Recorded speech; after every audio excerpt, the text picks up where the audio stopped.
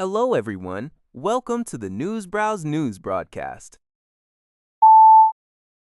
Al Jazeera reports that Russian air attacks on northeast Ukraine over the past 24 hours have killed at least 4 people and injured 11 others, according to Kharkiv's regional governor, Oleh Syniehobov.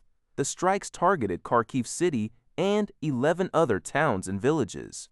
Additionally, at least 11 people, including a child, were injured in Ukraine's Sumy region after a Russian drone struck a 16-story building and a private residential area. The Ukrainian Air Force stated that defense forces intercepted 260 of 286 Russian drones in overnight attacks across the country.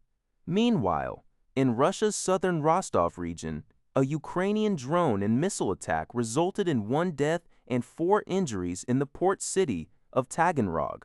A missile also struck a commercial facility, causing a fire, and falling drone debris hit a foreign-flagged cargo vessel in the Sea of Azov. Diplomatic efforts to end the full-scale war, which began in February 2000 to be 2022. A 4th round of talks was postponed due to the U.S.-Israel war on Iran, and Russia rejected Ukraine's proposed Easter truce as a PR stunt. Russia demands Ukraine cede control of a fifth of the eastern Donbas region, a condition Ukrainian President Volodymyr Zelensky refuses. Kyiv remains confident in its ability to defend its fortress belt in Donbas, citing slow Russian advances against Ukrainian drone defenses. CBS News reports that at least 1 person died and 60 others were injured in a crush at the Alejandro Villanueva Stadium in Lima, Peru on Friday night. The incident occurred during a rally for the popular soccer team Alianza Lima, held the night before their scheduled game against rival Universitario. Police officers rescued numerous fans who were trapped due to the large influx of supporters in the south stands. While the Ministry of Health initially reported a wall collapse within the stadium, both police and the Alianza Lima team later denied this claim in separate statements. The exact cause of the crush remains unknown, according to Fire Brigadier Marcos Pabuelo. Videos broadcast by local television stations depicted a large crowd in the south stands amidst fireworks, with other footage showing apparently injured individuals inside the stadium and ambulances outside the facility. On Saturday, the first anniversary of former President Yoon Suk Yeol's removal from office, thousands of people gathered in central Seoul, holding separate rallies either commemorating or opposing his ouster. Yoon was ousted by the Constitutional Court for illegitimately declaring martial law on December 3, 2024, and later sentenced to life in prison for insurrection after deploying troops to the National Assembly, as reported by Yonhap News Agency. Approximately 1,000 individuals rallied in front of the Constitutional Court, carrying signs that read, "End insurrection, treason, and advocating for grand social reform." Meanwhile, nearly 3,000 of Yoon's supporters staged their own demonstrations near the Constitutional Court and National Assembly, decrying his ouster and demanding his release. These supporters waved South Korean, U.S., and even an Israeli flag, asserting that the martial law declaration was legitimate. Despite the opposing viewpoints and significant turnout, no clashes were reported between the different protest groups. According to a report from Sinchu Daily, Sin Jo Won, a global poll released by U.S. survey firm Gallup on Friday reveals that China's global approval rating surpassed that of the United States in 2025, marking its largest lead in 20 years.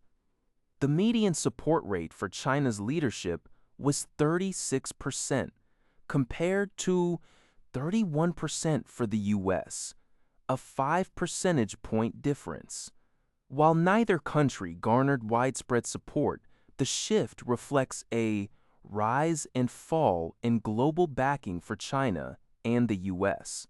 American leadership's approval dropped from 39% in 2024 to 31% in 2025, returning to previous lows, while dissatisfaction with U.S. leadership climbed to a record 48%. China's approval rose from 32% to 36%, with dissatisfaction remaining stable at 37%. This long-running survey, conducted annually across over 130 countries, asks residents to rate the leadership of four major powers: the U.S., China, Russia, and Germany.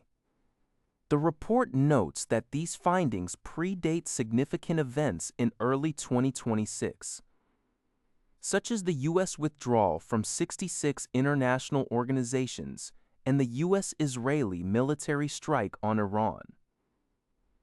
In related news, French President Emmanuel Macron has urged middle powers to unite to balance the influence of both China and the United States. During his Asia tour, Macron emphasized that countries like those in Europe, Japan, South Korea, Australia, Brazil, Canada, and India should avoid becoming subservient to either dominant power or overly exposed to U.S. unpredictability. He highlighted a shared agenda on international law, democracy, climate change, and global health, suggesting cooperation across various fields.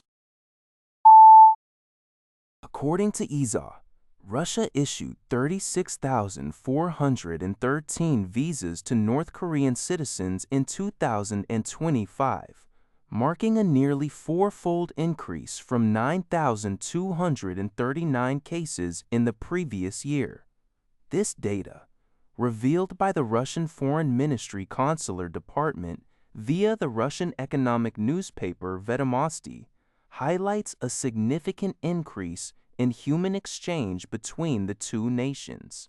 The surge in visas, with approximately 98%, 35,849 cases, granted for educational purposes like study and research, reflects the rapidly deepening military and economic ties between Russia and North Korea since Russia's full-scale invasion of Ukraine in 2000 and 2022.